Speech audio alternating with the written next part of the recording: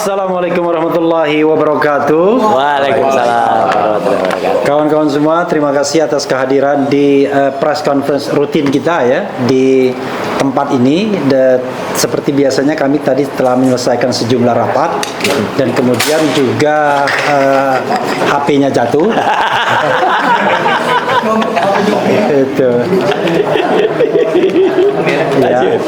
Oke, dan beberapa agenda yang ingin kami laporkan adalah sebagai berikut ya. Jadi kawan-kawan semua, kami dalam upaya untuk menegakkan keadilan terhadap dua klien kami yang masih tersisa ini. Kan di klaster 2 itu memang mandat kami cuma 2 saja, biar nggak salah. Jadi Roy Suryo Noto di Projo ya. Siap. Yang kedua adalah Dr. Tifauziah Tiasuma atau Dr. Tifa. Nah, kita tahu bahwa menurut gosipnya bahwa pelimpahan tahap kedua ini sudah dilakukan oleh penyidik Polda Metro Jaya pada tanggal 17 April 2026. Tapi waktu kami audiensi tanggal 21 April ternyata belum diterima. Dan terus terang kami tidak tahu sebenarnya tanggal berapa diterimanya berkas tersebut oleh jaksa peneliti pada Kejaksaan Tinggi DKI. Tetapi kendati demikian, kami sudah menyampaikan hal-hal yang bersifat substantif dan submaterial dan kemudian juga formil untuk kami katakan bahwa kasus ini tidak layak untuk ditindaklanjuti. Kasus apa yang tidak layak ditindaklanjuti? Adalah penersangkaan Roy Suryo dan Dr. Tifa. Itu yang harus dipahami. Tapi kasus pembuktian ijazah palsu harusnya tetap dilakukan di forum yang memang dimaksudkan untuk itu. Nah, salah satunya misalnya forum yang sekarang dicoba oleh salah seorang alumnus Fakultas Hukum UGM, Sigit Pratomo, mengajukan gugatan perbuatan melawan hukum di lagi-lagi Pengadilan Negeri Surakarta. Pengadilan Negeri Surakarta sudah membuat sejarah, paling tidak membuat Mas Roy dan Dr. Tifa menjadi ahli di sana. Walaupun keterangan ahlinya tidak dipertimbangkan karena akhirnya NO juga. Tapi paling tidak sudah sampai tahap ke sana. Nah, nanti pada saatnya kami akan bicara apakah kami termasuk yang mengendorse hal-hal seperti itu. Jadi kami sudah menyampaikan surat itu ke Komnas HAM. Bisa nggak di semua surat ditaruh di sini ya? Jadi biar kita tahu suratnya tertanggal berapa. Kami juga menyampaikan surat ke Kejaksaan Tinggi DKI. Kami juga menyampaikan surat ke Ditreskrimum Polda Metro Jaya. Kami juga menyampaikan surat ke KIP dan kami juga menyampaikan surat ke Kejaksaan Agung plus Komisi 3 DPR. Jadi suratnya ada tanggal-tanggalnya nanti. Intinya adalah kami mempermasalahkan hal-hal yang bersifat substantif, baik formil maupun material. Secara formil, saya sebutkan suratnya ya. Terima kasih. Jadi surat kepada Ketua Komnas HAM RI atau Komnas HAM RI itu tertanggal 30 April 2026. Kemudian surat kepada Direskrimum Polda Metro Jaya tertanggal 6 Mei 2026. Surat kepada Kepala Kejaksaan Tinggi DKI Jakarta tertanggal 6 Mei 2026. Kemudian terakhir surat kepada Kejaksaan Agung atau Jaksa Agung Republik Indonesia itu tanggal 8 Mei 2002 atau hari ini baru pagi tadi. Surat kepada Komisi 3 DPR sudah kami layangkan dan diterima kira-kira tanggal 28 April yang lalu. Nah, ini lama sekali kita tidak dapat tanggapan. Nanti kita akan beritahu kenapa tidak dapat tanggapan. Oke. Kita bicara mengenai surat yang kami layangkan kepada Direskrimum ya, Direktur Reserse Kriminal Umum Polda Metro Jaya, perihalnya keberatan atas surat Ditreskrimum tertanggal 30 Maret dengan perihal pemberitahuan perubahan penerapan pasal. Sedikit kami bacakan karena ini yang menjadi dasar surat berikutnya ya.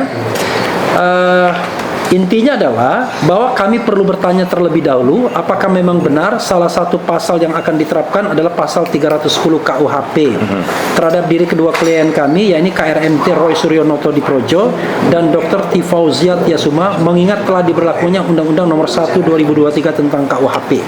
Jadi kami menerima surat pemberitahuan soal perubahan pasal, dan perubahan pasal itu memang bukan lazim, harus dilakukan karena adanya KUHP yang baru. Tapi di surat itu ternyata masih dicantumkan pasal KUHP yang lama. Makanya kita bertanya bahwa kami perlu penegasan atas pasal-pasal mana sajakah yang diterapkan terhadap diri kedua klien kami dimaksud, oleh karena terdapat banyak pasal yang tercampur dengan tersangka terlapor lainnya. Dan apakah telah diterbitkan SPDP baru mengingat kedua klien kami tidak memperoleh pemberitahuan apapun. Jadi surat perintah dimulainya penyidikan. Karena kita bingung yang dipakai ini SPDP lama atau SPDP baru. Ya. Karena SPDP lama kita tahu sudah berproses, SPDP baru apakah karena adanya perubahan pasal ini kemudian surat perintahnya diubah, ya. Kemudian apakah dengan adanya perubahan pasal yang diterapkan terhadap diri kedua klien kami, ya, maka surat penetapan sebagai tersangka dari kedua klien kami akan diperbaiki atau tetap menggunakan surat penetapan tersangka yang sebelumnya? Karena dalam surat penetapan tersangka tentu ada pasal yang akan dikenakan juga. Jadi kawan-kawan semua, intinya adalah kita mempermasalahkan bagaimana manajemen perkara ini. Memang ada KUHP lama dan ada KUHP yang baru. Nah, secara teoritis dipakai KUHP yang baru.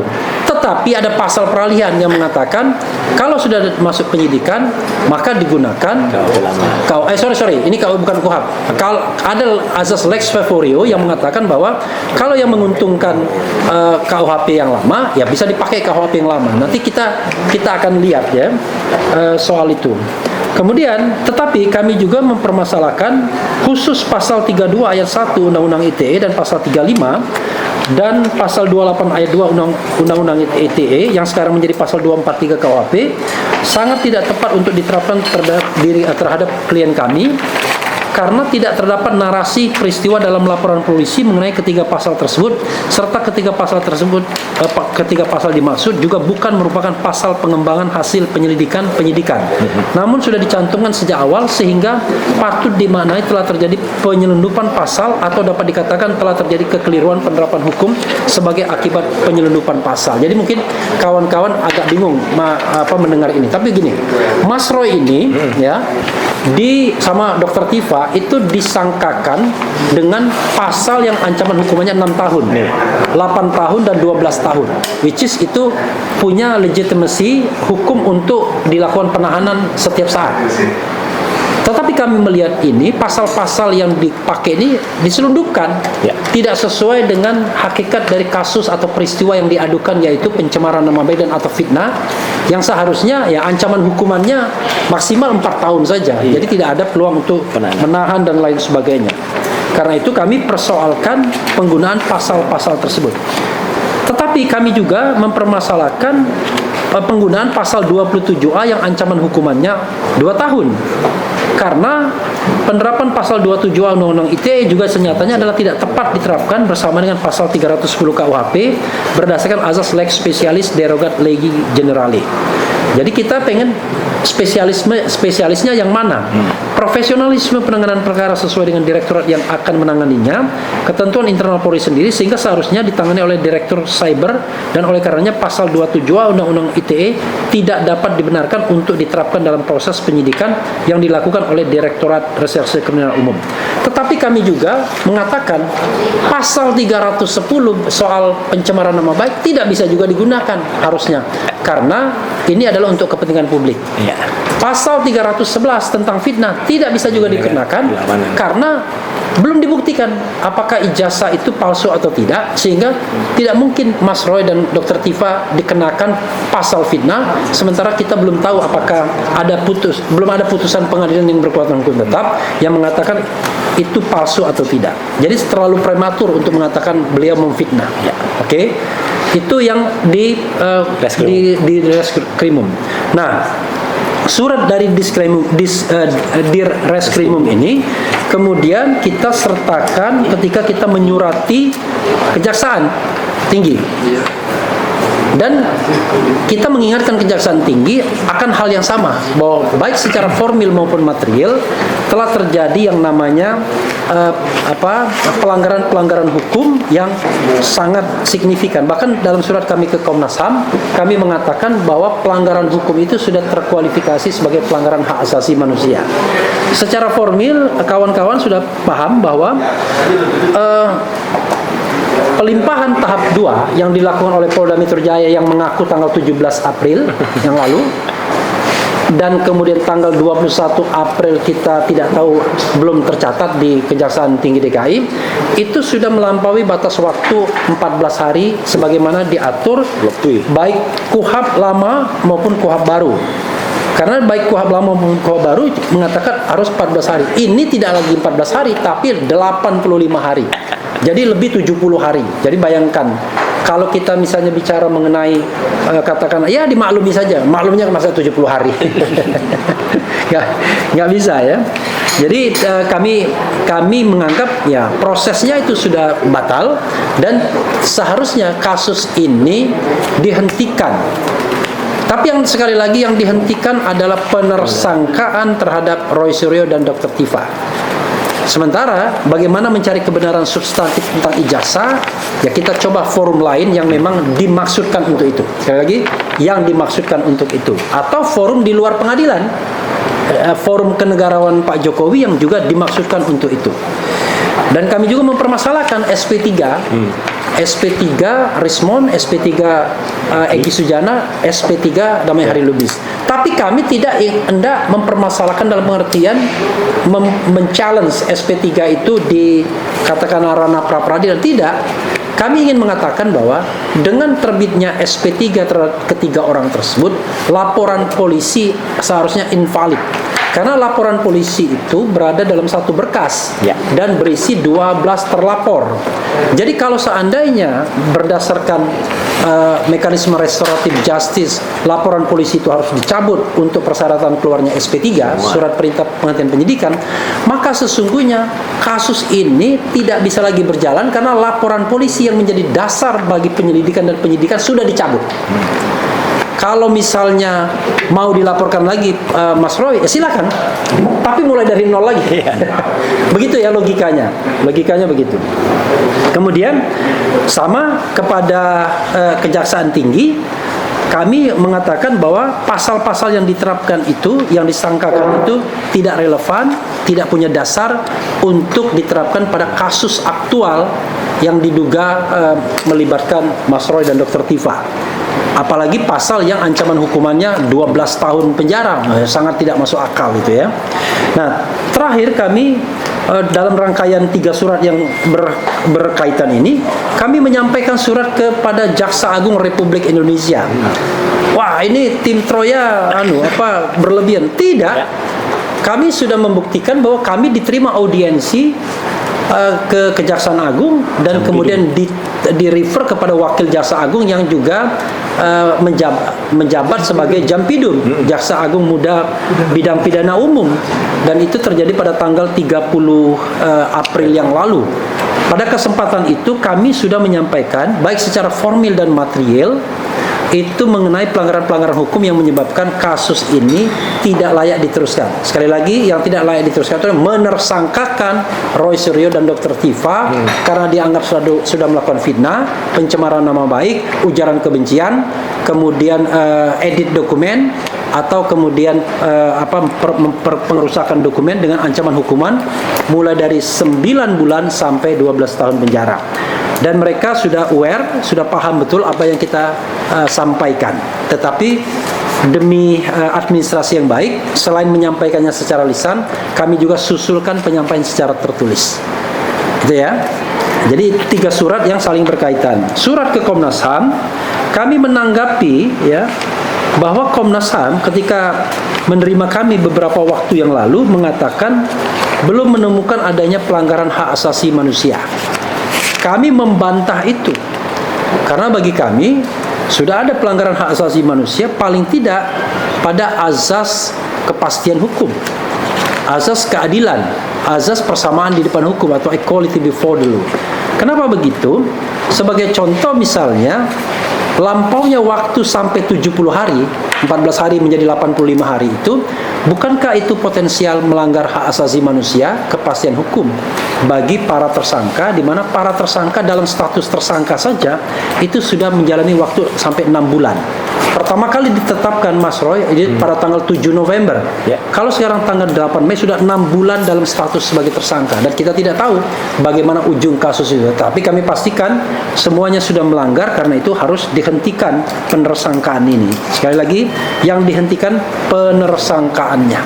Itu salah satunya. Jadi saya highlight saja, karena nanti hal-hal yang lebih teknis itu akan disampaikan oleh rekan-rekan saya sebelah kanan, sebelah kiri, sebelah tengah, sebelah belakang ya. Tenang, semua kebagian ya. Oke, tinggal bapak-bapak siapkan bagian mana yang mau disampaikan.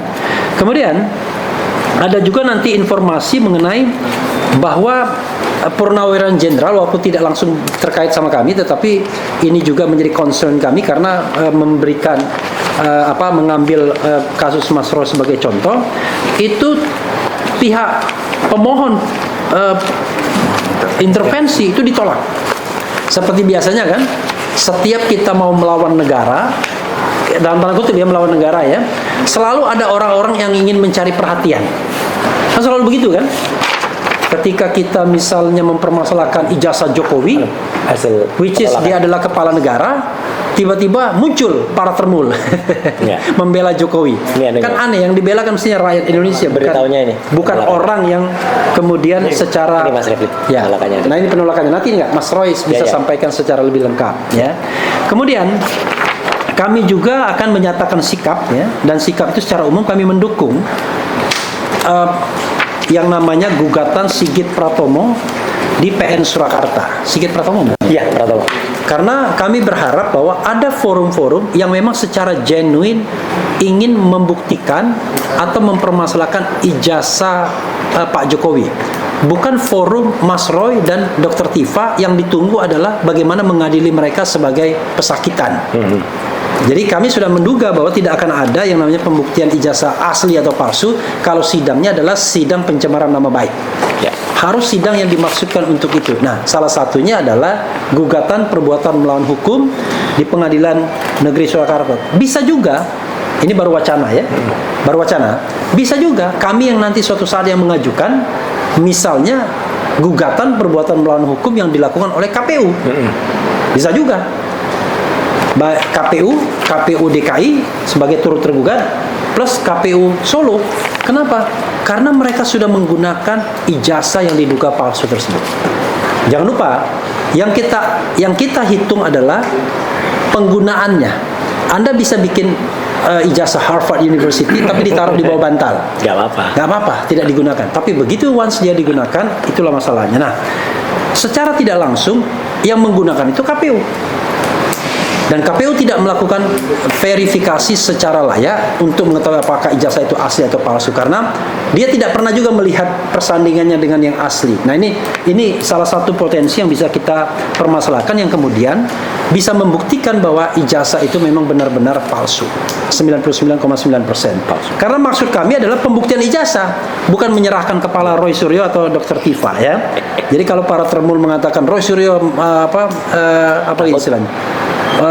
Takut ya, sidang, itu salah besar. Justru kalau lawyer harus membela kliennya pada tahap ketika dia dilaporkan, jadi langsung harus berusaha digagalkan. Kemudian ada juga sudah itu dua hal itu ya. Silakan Mas Didit mungkin ingin menyampaikan beberapa hal yang perlu disampaikan. Mas Didit ini adalah konsultan kita ya, dokter, baru saja dokter beneran asli. Pada Senin yang 27 April. 27 April dia mendapatkan gelar doktor sungguhan ya di bidang hukum pidana. Silakan Mas. Ya. Baik, terima kasih Bang Refli. Salam sejahtera semua. Jadi begini, saya melengkapi tadi yang disampaikan oleh Bang Refli. Yang pertama, kita bicara soal pasal 310 dan 311. Nah, 310 ini ada ayat 3. Ayat 3-nya ini adalah kalau untuk kepentingan publik tidak dapat dipidana. Artinya sebenarnya pasal 310 ini juga tidak bisa diterapkan di sini. Terus kalau fitnah bagaimana? 311. Yang sekarang sudah 434, pasal 34 KUHP. Kalau fitnah, setahu saya, yang saya baca, saya dengar, saya lihat sendiri, Mas Roy ini selalu mengatakan 99,9%. Jadi kalau dikatakan 100% itu fitnah. Tapi kalau 99,9% itu berbeda dengan 100%. Nah, kemudian Dokter Tifa juga mengatakan 92,8 atau 93, sekian persen foto yang ada di ijazah yang diupload oleh Dian Sandi itu berbeda dengan foto Presiden ke-7 Republik Indonesia Joko Widodo. Nah, jadi itu juga bukan fitnah, itu kan hasil riset, hasil penelitian, hasil pengujian, ya. Jadi kalau fitnah itu dikatakan, wah 100% ini palsu. Ketika ada prosentase itu tidak bisa dikatakan fitnah. Nah, ini 2 pasal. Sedangkan tadi 27A, memang ini setahu saya itu ditujukan kepada Polda Metro. Diingatkan bahwa ada aturan internal Polri, kan dibagi direktorat. Kalau pasal-pasal narkoba ya direktorat narkoba, pasal umum itu masuk ke Direskrim kemudian ada Direskrim Sus, kemudian juga ada direktorat cyber. Nah, 27A ini harusnya masuknya ke cyber. Jadi kalau yang namanya penyidik diselipkan pasal ini, harusnya dia tolak. Karena saya dengar teman-teman ada juga yang membuat laporan ditolak kalau pasalnya tidak bersesuaian. Itu yang benar. Kalau pasal Undang-Undang ITE dilaporkan ke Krim Polda tidak mau terima. Mereka bilang silakan lapor ke Direktorat Cyber. Itu yang benar sebenarnya. Nah, kenapa ini diterima 27A? Jadi harusnya dihilangkan. Apalagi ini bertentangan dengan azas, ya kan, kita kenal dalam hukum azas lex specialis derogat legi generali. Jadi kalau sudah menerapkan pasal-pasal yang bersifat khusus, ya udah silahkan dikhususkan. Tapi ternyata yang melakukan penyidikan adalah Krim jadi ya nggak bisa ya pasal itu. Nah, di sanalah kemudian kita mengingatkan juga bahwa ada 4 pasal tadi ya, termasuk 27A, yaitu 28 ayat 2 Undang-Undang ITE, 32 ayat 1 Undang-Undang ITE, dan pasal 35 Undang-Undang ITE. Ini pasal-pasal ini kan diselundupkan karena kita nggak masuk materi dan kita nggak boleh bicara soal materi, tidak boleh debat materi. Tapi ketika para advokat gelar perkaranya itu diperlihatkan laporan polisinya, nah di sana narasinya tidak ada yang pasal-pasal itu. Jadi kita menyoal cuman formalitas. Kalau memang ada narasinya, silahkan. Tapi kalau narasinya tidak ada, itu melulu hanya pencemaran nama baik, penghinaan, ya nggak boleh. Gitu loh. Diceludupkan ada pasal-pasal yang tidak ada peristiwanya di sana. Nanti tiba-tiba kalau dikenakan pasal pemerkosaan gitu, ya kan kaget semua gitu loh. Siapa yang memperkosa, siapa korbannya ya.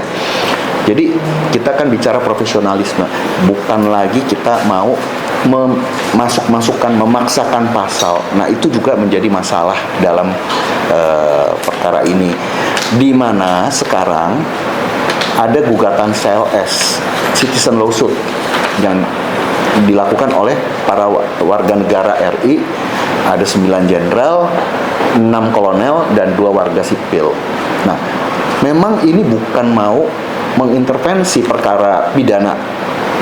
Tapi kalau memang terbukti ada pembiaran, ada kelalaian dari Polda Metro ketika menerima laporan dan meregister pasal-pasal yang tidak sesuai dengan catatannya sendiri di laporan polisi. Jadi kita perbandingannya cuma itu. Ada nggak waktu dibuat narasi laporan polisi itu kan itu nggak bisa dirubah lagi. Ya nggak boleh. Dan pasal-pasal itu bukan pengembangan loh. Sejak awal berada di dalam laporan polisi. Berarti narasi sejak awal harus sudah ada. Nah, itu yang kita uji di CLS sebenarnya. Jadi bukan mengintervensi pidana. Ya. Kalau sampai terbukti dan ternyata memang benar ada selundupan pasal-pasal itu, artinya pasal-pasal itu tidak layak, dan Polda Metro nanti kita endorse ke Kapolri, pada akhirnya harus membuat aturan tidak lagi diperkenankan ada penyelundupan pasal. Nah, artinya kalau memang mau pra-peradilan dari hasil CLS lah, itu karena kalau pra-peradilan ini capek gitu loh, kita nggak tahu dan tidak ada jaminan. Tapi kalau ada putusan CLS itu ada satu jaminan hukum, ya kan, demi hukum pasal-pasal itu harus dicabut dari penyidikan ini, proses penyidikan. Ya, mungkin dari saya itu aja ya. Terima kasih. Ya, memang agak teknis ya, tetapi saya ingin memberikan bingkai yang mungkin bisa dipahami ya. Jadi, kawan-kawan semua, ada tiga. Secara formil ada satu aspek yang perlu digarisbawahi, yaitu bahwa kasus ini sudah lewat waktu pelimpahan. Dari yang harusnya 14 hari menjadi 85 hari kurang lebih.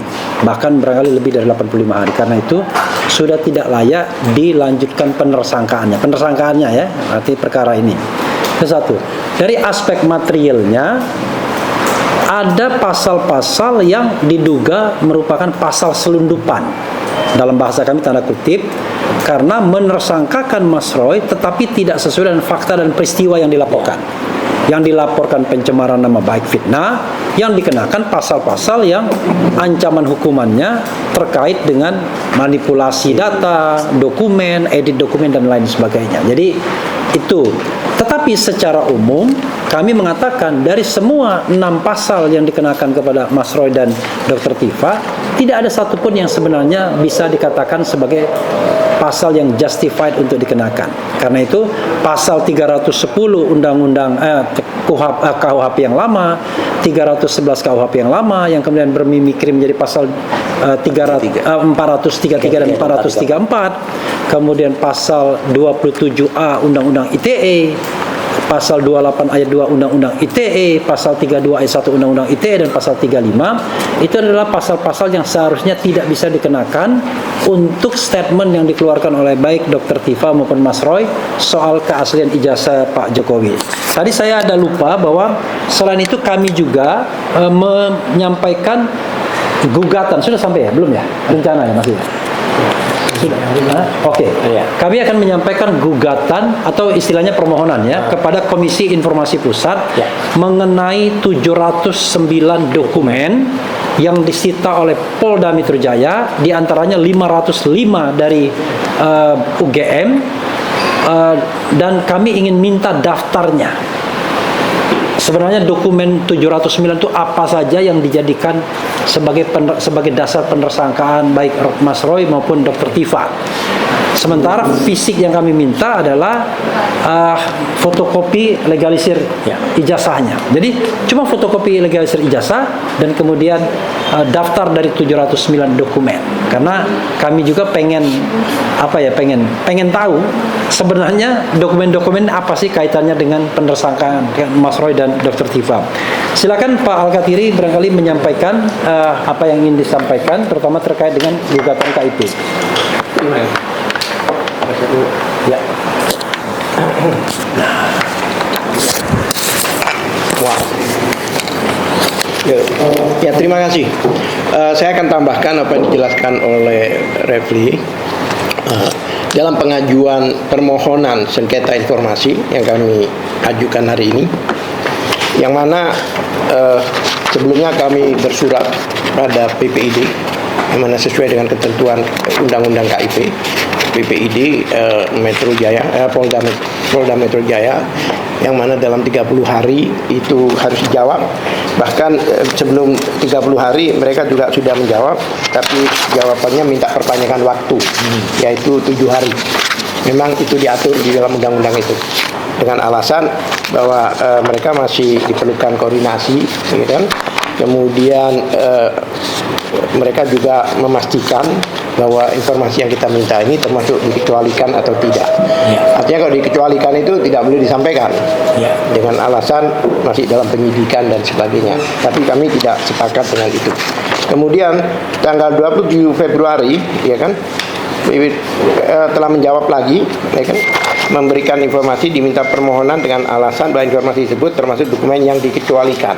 Jadi karena kami tidak puas dengan jawaban BPID, maka secara mekanisme Undang-Undang KIP kami ajukan ke atasan KIP di Polda Metro Jaya. Dalam hal ini adalah Humas ya, yang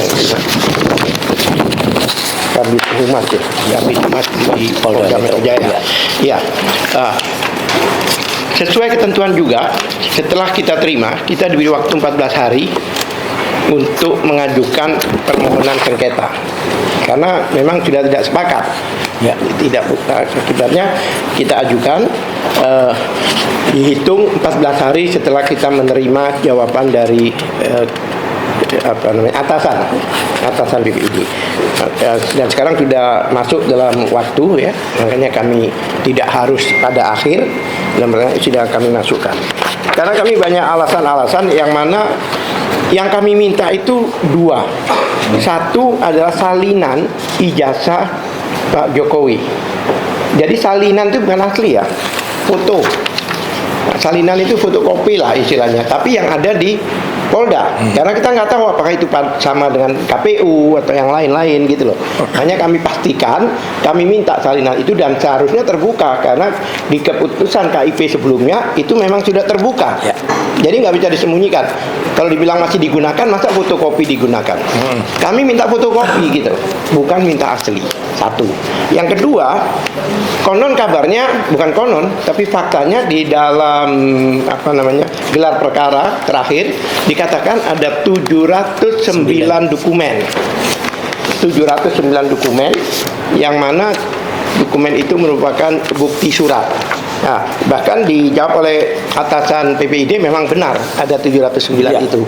Jadi dasarnya juga surat jawaban dari PPID ini.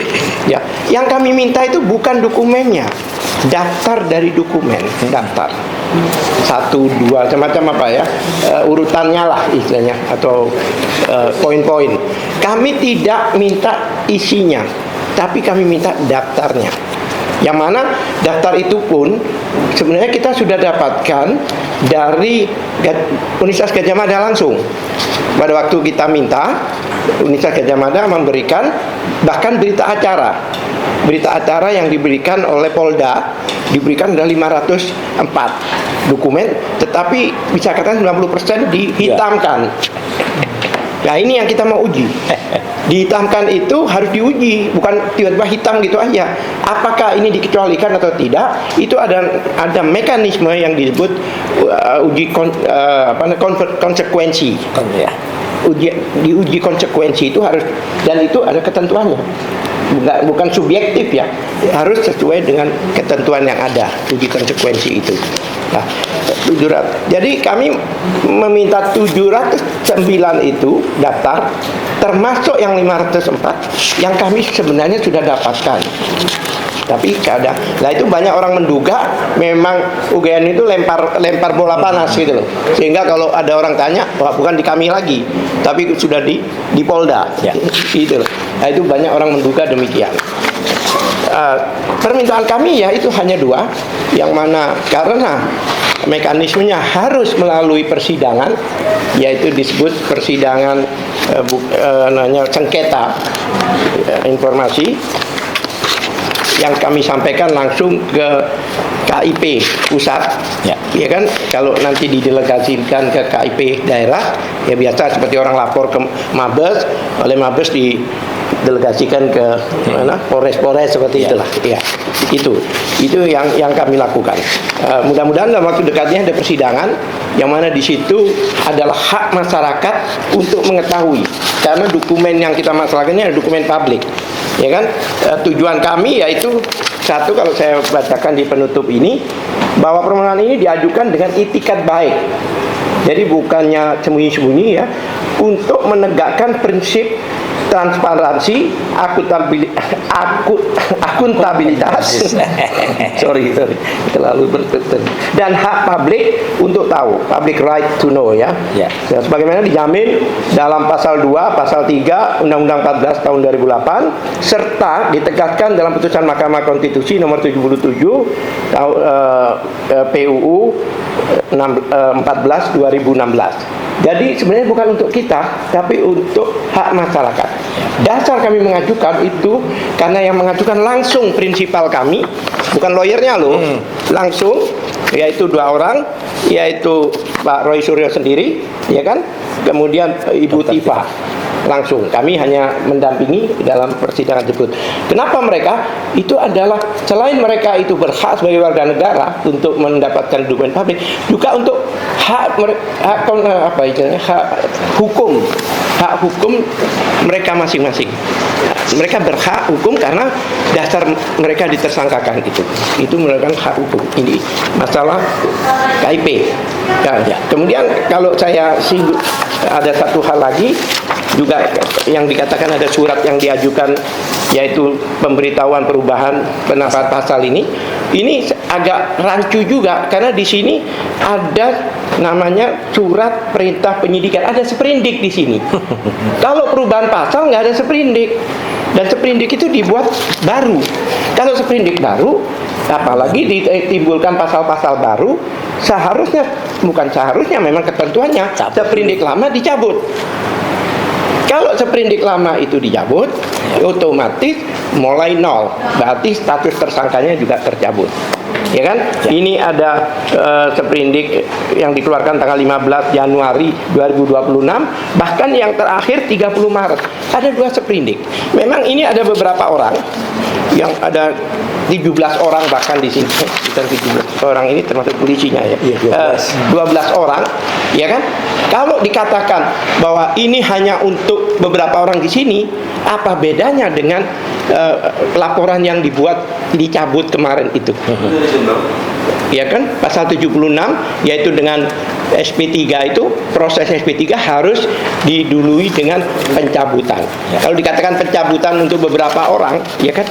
Nah ini mirip juga. Kalau hanya untuk beberapa orang, kenapa ditaruh di satu? Jadi kalau ini dicabut, berarti tercabut semua. Yang menarik lagi, saya kembali juga yang dikatakan Refli tadi, yaitu surat di Komnas HAM ini yang minta jawaban dari kami itu dilampirin dengan surat langsung dari Bareskrim yang ditujukan pada Komnas HAM, tapi juga dianukan ke kami, ditembuskan ke kami. Nah, dalam surat ini jelas terbuka sekali bahwa apa yang dilaporkan oleh 3 orang selain Jokowi, yaitu Andi Kurniawan, kemudian Lex Sumanan, dan satu lagi adalah Maret Samuel ini seharusnya sudah tidak bisa lagi, karena yang dilaporkan mereka itu pasal-pasal yang tidak ada lagi. 160 tidak ada di Roy Suryo dan Tifa. Ya. Itu yang dilaporkan oleh Andi Kurniawan itu adalah pasal 160 KUHP. Padahal 160 sudah tidak ada lagi di situ. Kemudian yang dilaporkan oleh Lex Sumanan itu pasal 28 ayat 2. Juga sudah tidak ada lagi. Sudah diganti. Kemudian Maret Samuel ini itu juga pasal 160. Berarti secara otomatis mereka sudah tidak berhak lagi ada di dalam satu kesatuan dengan Jokowi itu, karena pasal-pasal itu sudah dirubah dengan seprindik yang baru ini. Itu saya pikir sampai sini. Oke. Iya, memang ini soal teknis ya. Mudah-mudahan bisa dipahami oleh kawan-kawan semua. Intinya adalah kita memperjuangkan bagaimana klien kita mendapatkan keadilan, itu yang paling penting ya.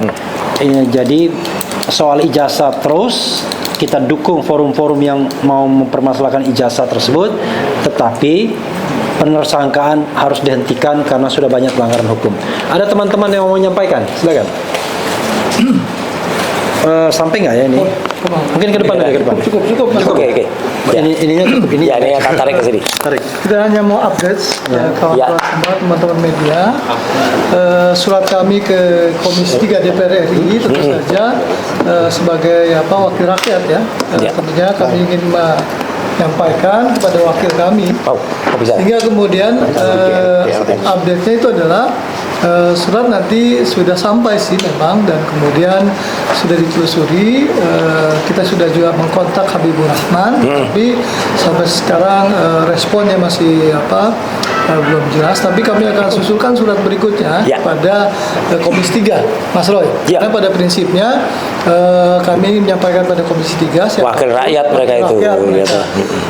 Kalau memang ketuanya tidak berkenan, kan ada wakil-wakil yang lain, wakil ketua komisi dan lainnya. Tentu saja ini perlu disampaikan Mas Refli, karena dengan kita menyampaikan kepada media, tentu kan sampaikan kepada ke Senayan sana. Saya pikir itu saja Mas Refli, dan tapi kemudian kita berharap itu bisa dapat. Ya, siap. Oke, ada yang mau nyampaikan lagi? Ada nih Pak nanti. Pak Yasena. Ya, Pak Yasena, silakan. Terima kasih. Tadi sudah dijelaskan tentang terkait dengan permasalahan ijazah palsu. Kalau saya di sini akan menjelaskan terkait dengan CLS. Di mana CLS ini semula berjalan. CLS itu citizen lawsuit ya. Citizen lawsuit ya. Tadinya berjalan normal. Jadi kita dibikin kaget dengan adanya intervensi. Nah, di hari pertama ada pada saat legal standing, ada yang masuk mau mengajukan intervensi, tapi tidak ada surat kuasa. Ya, hanya surat aja saya mengajukan intervensi. Akhirnya sama hakim, ini perjalanan saya uraikan dulu ya. Jadi hakim bilang, oh ini charter calon tergugat intervensi, jadi berarti mengarah ke tergugat, gitu kan. Jadi sama hakim dibilang ini charter, selalu bilang charter. Oke, kalau demikian mana surat kuasanya? Dikasih waktulah seminggu ke depan. Seminggu ke depan datanglah dia dengan membawa surat kuasa. Nah, ternyata yang memberikan kuasa adalah AK. Ya, udah tahu lah ya, AK yang menandatangani surat kuasa. Diserahkanlah di situ. Hakim masih mengatakan ini charter intervensi. Jadi nggak salah dengan Ahmad Kosinudin, itu Andi Kurniawan. Andi. Oke, baiklah, baik. Baik, Andi Kurniawan ya. Baik, ya. Teman kita sendiri nanti. Baik. Jadi itu si pemberi kuasa. Nah, kemudian kami melihat surat kuasa itu. Ternyata isi surat kuasa itu intervensinya bukan yang dibilang sama Pak Hakim tadi. Pak Hakim bilang charter intervensi, itu pugging. Berarti kalau pugging itu dia memihak kepada salah satu, udah pasti ke tergugat. Karena sudah dibilang sama Hakim charter. Ternyata dia intervensi Tusenkom. Intervensi Tusenkom ada di tengah. Ya, ada di tengah. Masalahnya apa di sini? Manajemen penyidikan. Nah, kalau manajemen penyidikan, dia posisi ada di tengah, kita bersengketa memasalahkan kenapa penyidikan ini tidak sejalan dengan manajemen penyidikan yang ada. Ya kan? Dia muncul, dia mengatakan, berarti kalau dia muncul ada di tengah, dia mengatakan bahwa saya yang membuat manajemen penyidikan. Kan begitu, aneh kan? Aneh. Kecuali masalah tanah, kalau tanah iya, itu tanah saya. Nah, dua bersengketa, itu tanah saya. Kalau ini manajemen penyidikan, yang kita permasalahkan kenapa terjadi omission, pembiaran. Adanya sesuatu pembiaran dari awal, mulai dari pelaporan, ya, sampai kepada proses penyidikan sekarang, gitu. Nah, sehingga muncullah Tusenkom. Akhirnya sama Pak Hakim sendiri, saya ingat tanggal 17 waktu itu. Tanggal 17 hari Jumat, oke, Anda ajukan gugatan. Ya, gugatan Tusenkomnya ajukan. Ditunggu sampai jam 17, tanggal 17 jam 17 saya masih ingat. Ya, ternyata tidak dimasukkan. Nah, saya nggak tahu nih apa penyebabnya. Kita nunggu nggak dimasukkan. Dikasih waktu sama Pak Hakim, nanti ditanggapi oleh pihak penggugat dan tergugat pada tanggal 24. Oke, ada dengan tidak ada kita masukkan. Ya, jawaban kita penggugat, dengan kita komunikasi dengan Polda Metro, kita komunikasi, kok ini nggak ada dari intervensi ini, nggak masuk gitu. Ya, kita masukkan tetap. Ya kan, ternyata ngakunya dia salah masuk katanya, salah masuk ikot. Lah salah masuk kamar gimana ceritanya? Kok di pengadilan Jakarta Selatan kok ada kamar lain gitu loh? Ya sudah, itu terserah. Ya, sejalan dengan itu nanti kami dikasih waktu sampai tanggal 24 untuk memberikan jawaban. Ya, kami masukkan sampai tanggal 24. Tadinya pada tanggal 1, ya, tanggal 1 itu akan dibuka, ya, dibuka untuk hakim mengambil satu putusan. Tapi karena tanggal 1 itu adalah hari buruh, libur ya, sehingga sama hakim, oke, Pak Hakim mundur sampai tanggal 8 hari ini, tanggal 8 jam 10 kami tadi melihat di ikot.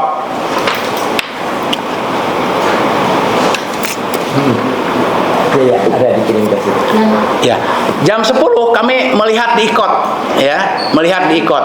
Nah, ternyata ada di situ ya jawaban seperti tadi. Jadi intervensi ditolak di PN Jakarta Selatan. Otomatis pemohon intervensi tadi sudah tidak bisa lagi karena sudah dinyatakan ditolak, putusannya on proses. Ya, kita juga nanti akan ngambil putusannya, nanti akan di pertemuan berikutnya akan dilihatkan ya untuk putusan penolakan intervensi Tusenkom yang dilakukan oleh yang mendapat kuasa dari Andi Kurniawan tersebut, ya. Nah, itulah yang terkait dengan CLS. Sehingga kami nanti akan sidang kembali pada tanggal 18 Mei 2026 ini untuk kelanjutan setelah adanya penolakan terhadap kuasa intervensi Tusenkom tersebut.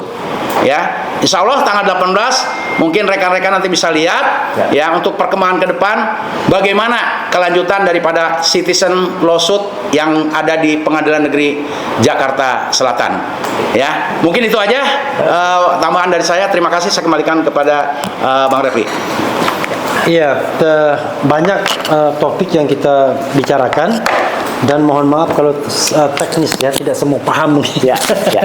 Tapi satu-satu yang dibicarakan tadi adalah gugatan yang disampaikan oleh 9 jenderal, 6 kolonel dan 2 warga negara biasa yang mempermasalahkan manajemen perkara yang dilakukan oleh Polda Metro Jaya yang diduga ada penyelundupan hukum dan kemudian ada manajemen perkara yang tidak benar karena mencampur adukan antara laporan Pak Jokowi dan laporan pihak-pihak lain yang sesungguhnya tidak punya legal standing.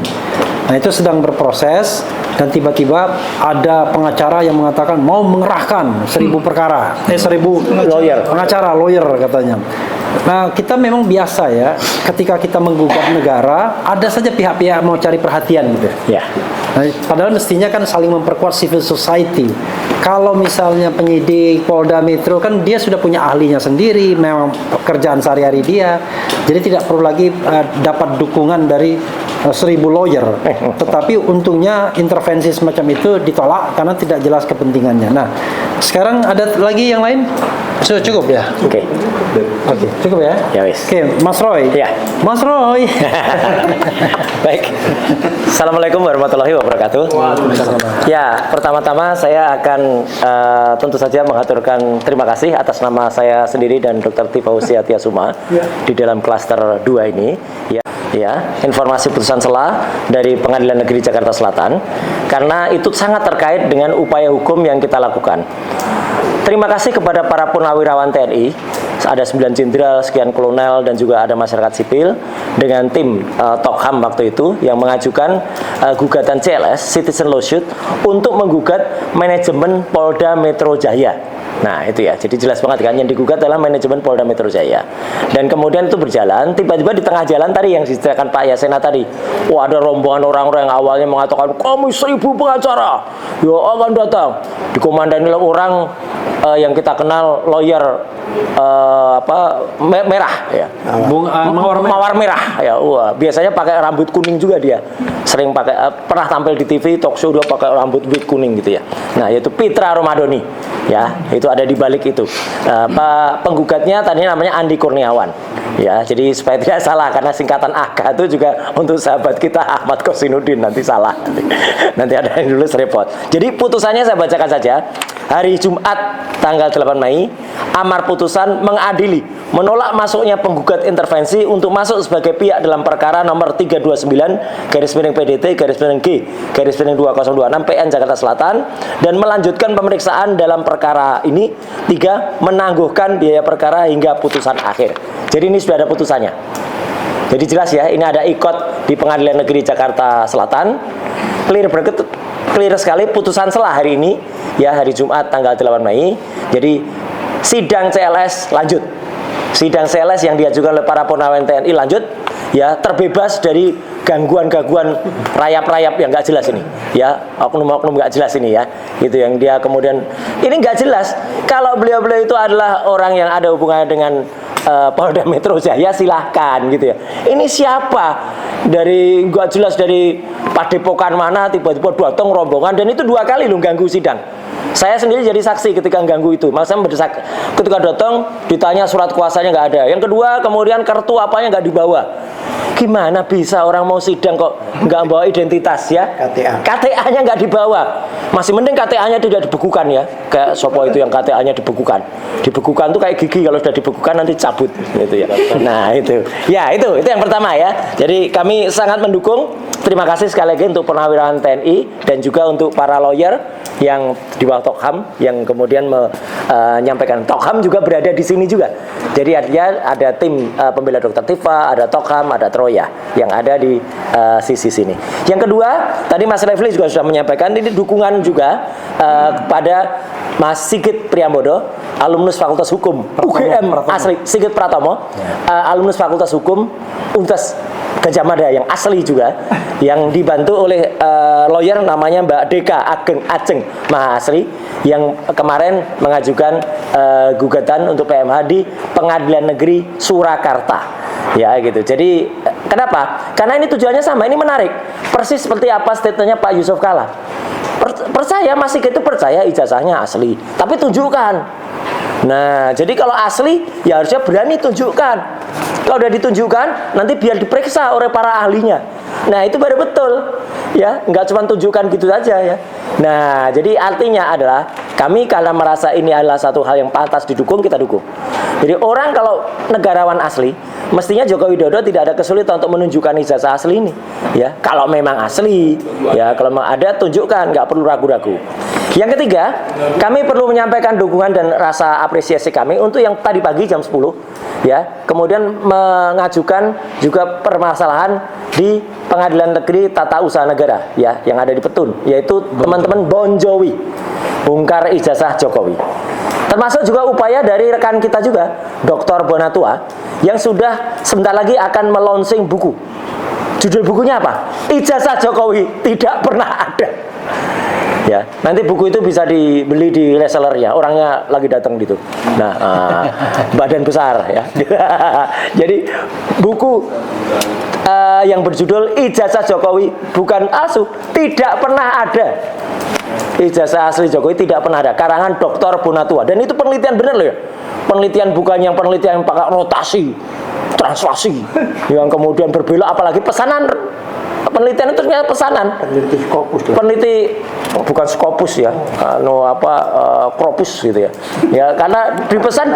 Oh Bonatua ya, kalau Bonatua peneliti Scopus asli. Kalau yang peneliti yang pesanan itu yang 21 hari, yang nanti pada saat sebelum peneliti harus diperiksa dulu oleh ahli-ahli dari Oslo, kemudian dipastikan covernya cocok apa enggak. Kalau covernya enggak cocok, enggak boleh. Peneliti kok melacurkan diri kayak gitu ya. Aduh parah itu. Nah itu, jadi dukungan-dukungan itu sangat membantu kami ya. Nah sekarang inti poinnya adalah yang ingin saya sampaikan juga supaya tidak salah. Apa yang saya sampaikan ini adalah senada dengan apa yang terjadi pada klaster 1. Saya kemarin bersama-sama dengan klaster 1 ya, bersama-sama dengan Pak Rustam Effendi, Pak Rizal Fadilah, Bu Kurniati Rani dengan tim yang ada di sana ya, yang ada di klaster 1. Kita sama, tidak ada perbedaan. Jangan ada yang memperadukan kita. Oh sana nggak menghentikan. Sama. Tujuannya adalah apa? Menghentikan supaya ini benar-benar hanya mengadili ijazahnya saja. Bukan untuk kemudian menersangkakan saya di sini ada dengan Dr. Tifa, di sana Bu Kurnia, Pak Rizal Fadila dan juga Mas Rustam. Jadi sama tujuan kami. Ijazah ini harus terbongkar kepalsuannya. 99,9% terbongkar. Tapi sidangnya yang mana? Sidangnya ya sidang ijazah ini. Nanti sidang CLS, nanti PMH, bukan fitnah dan penyebaran nama baik, sidang KIP juga. Jadi bukan fitnah dan pencemaran nama baik. Itu yang paling penting.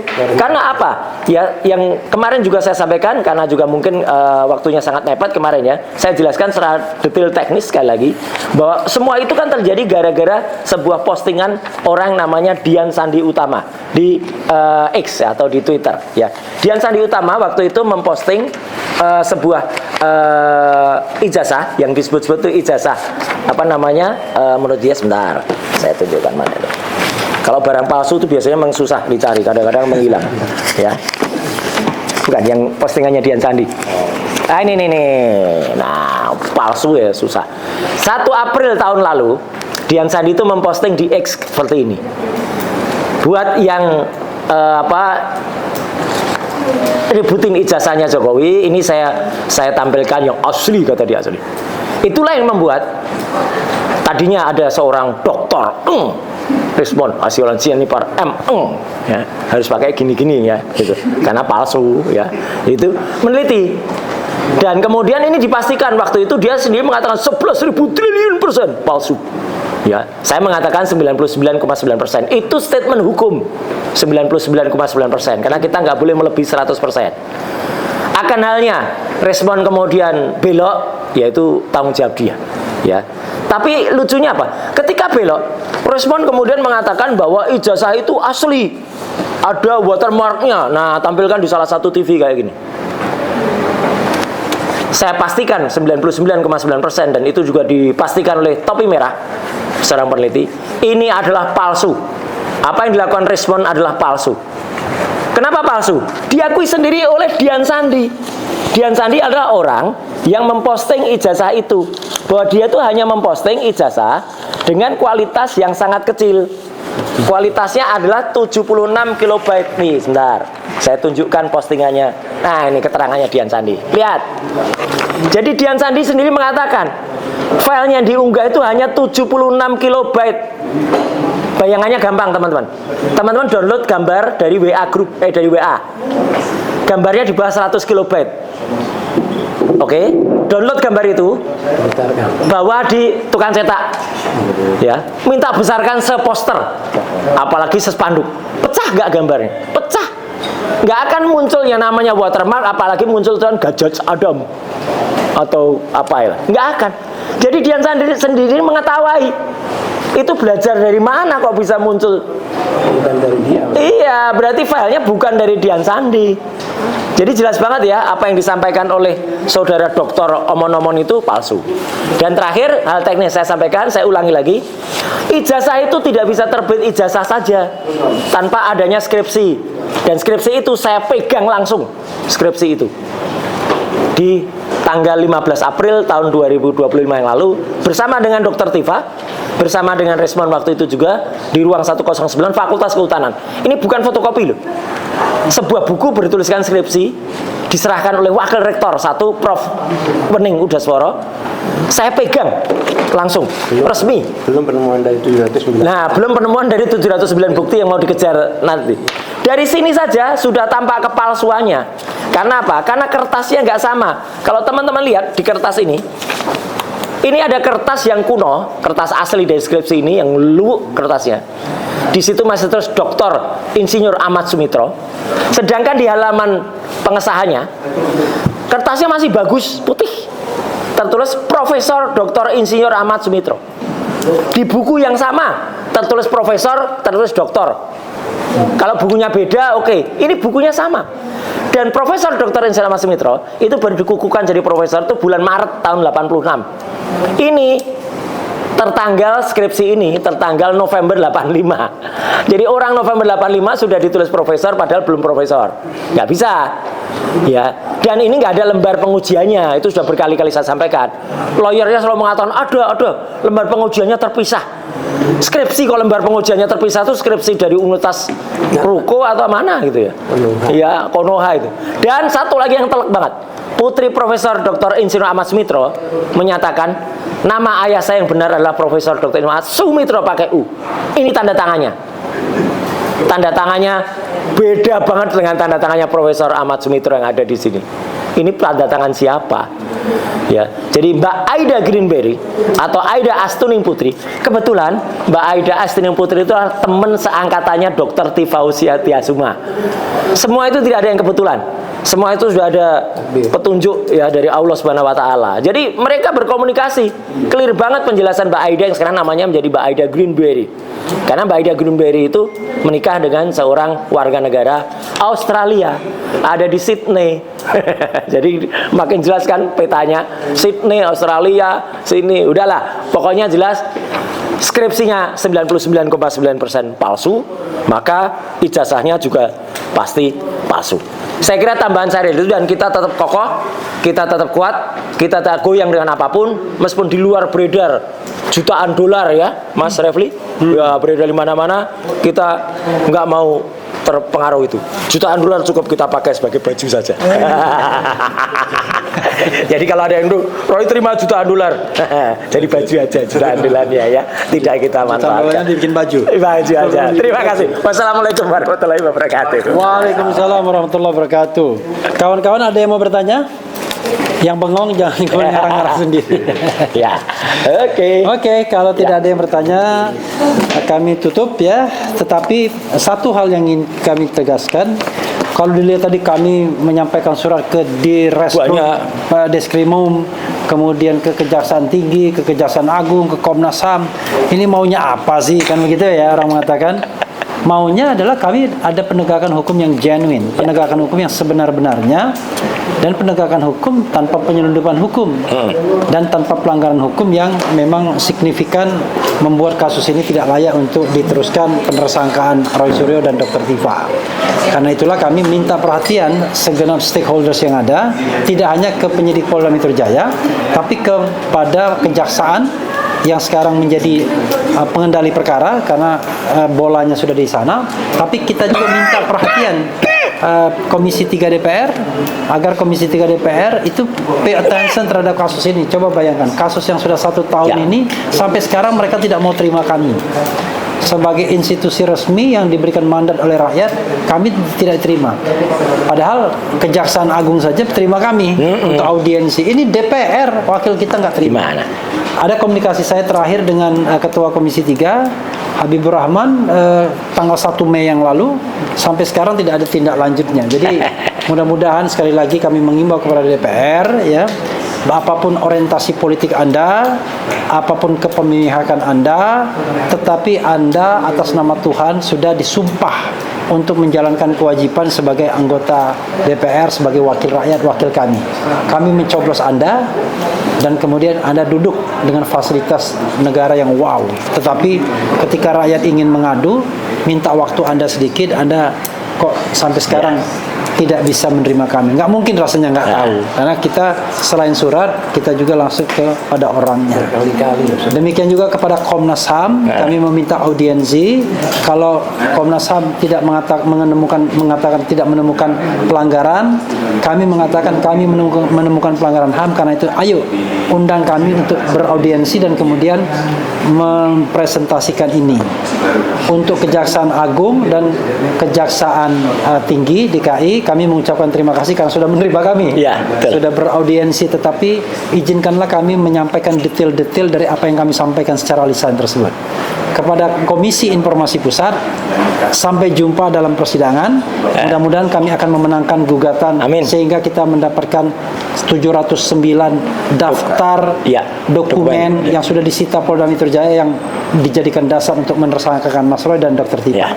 Itu saja kawan-kawan semua. Ya, dikit. Oke. Ini kenapa sengaja saya taruh terakhir? Karena ini sifatnya himbauan pribadi. Ini rasa kangen saya dan teman-teman terhadap orang namanya Dr. Eng Rismon Hasiolan Sianipar M. Eng ya. Kenapa saya kangen? Ya, kami mendapat informasi yang bersangkutan masih ada di sini. Masih ada di Jakarta. Dan ketemu dengan seseorang. Padahal sebenarnya saya mau pergokin dia itu ketika dia urung, mangkir, hadir di salah satu acara diskusi live 3 hari yang lalu. Padahal sudah diumumkan oleh TV itu, live hadir, respon. Ternyata nggak hadir. Padahal kalau dia misalnya Zoom sekalipun, langsung kita tracking lokasinya dengan caller ID dia bisa kita pastikan ya. Jadi kalau yang lain identifier ada di mana dia. Tapi ternyata dia nggak berani muncul. Ditelepon produser, ditelepon pemretnya aja nggak muncul. Ya, pengecut banget ini ya. Gitu, Dokter Eng ini. Ya, jadi makanya karena dikatakan pengecut nanti saya dikatakan oleh lawyernya Mas Roy gitu ya. Itu makanya kita sayang. Mon, kangen Mon. Hadirlah gitu ya, kamu di tengah-tengah kita ya, jangan bilang ke Bali G kalau kamu ternyata ada di Jakarta dan ada yang lihat, malu nanti kamu ya, peneliti kok kayak gitu. Terima kasih. Oke ya. Wabillahi taufiq wal hidayah. Wassalamualaikum warahmatullahi wabarakatuh. Waalaikumsalam. Oke. Kalau tepuk tangan nih kayak konser aja.